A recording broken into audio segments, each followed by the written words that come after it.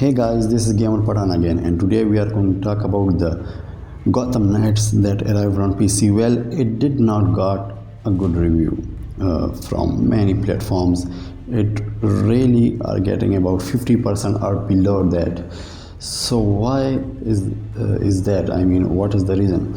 Well, there are many reasons that everything that was wrong with the Sentra is wrong with it.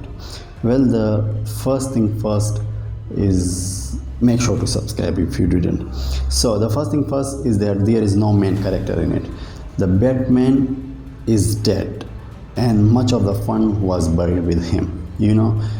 Every time, every single movie or every single game, if the main character isn't there, it's not going to work.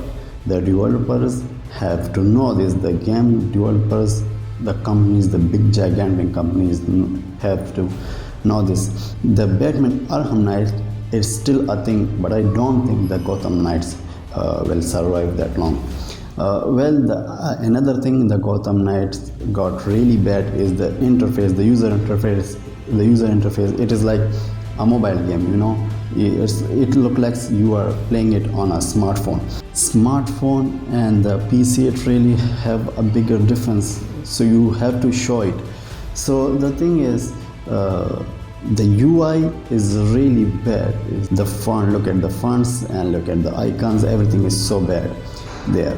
Another thing is the frame rates. It is locked to the 30 FPS. You cannot go above that, even on the PC and even on the Series X and PlayStation 5. There is a thing that the developers blames the Xbox Series S. They call it a potato, sorry for that, but they think that the Xbox Series X limited their frame rates. Well, it is not a good excuse for a developer to say that you have to optimize your game.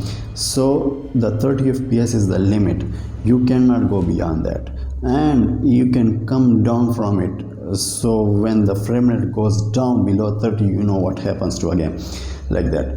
So it didn't go well. The reviews are honest. I check the game, I see the game. Another thing is the repetitive missions. It is like a Sentra. If you play the Sentra reboot, the missions, the side missions mainly are repetitive. You go to a place, you save people, and you move on. There's nothing new in it. Well, another thing is the buildings, the infrastructure. Most of the developers do this mistake. If they started the game and they want a big map, a large scale map in it, what they do, they copy paste the assets that don't work like that. They have to improve, they have to make new buildings. If you start the Gotham Knights, it will look great, but if you move on, everything will look repetitive and it will get boring. You will get boring. Another thing is the players' interaction with each other. Well, it's not good. It is not good at all. The communication, the interaction between the characters is not good at all. You can only meet them in the safe zone, in the safe house. Other than that, you can't see them. Even if you are playing a co-op game, your friend, you can't see him in the cinematic shots, or even when they are talking, they just don't care about anyone or each other.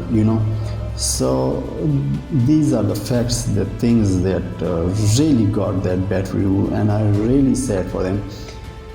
Look, here is a suggestion from me, that you have to keep the main characters.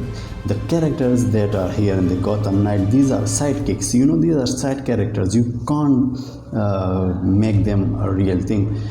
Well, it don't go well like that.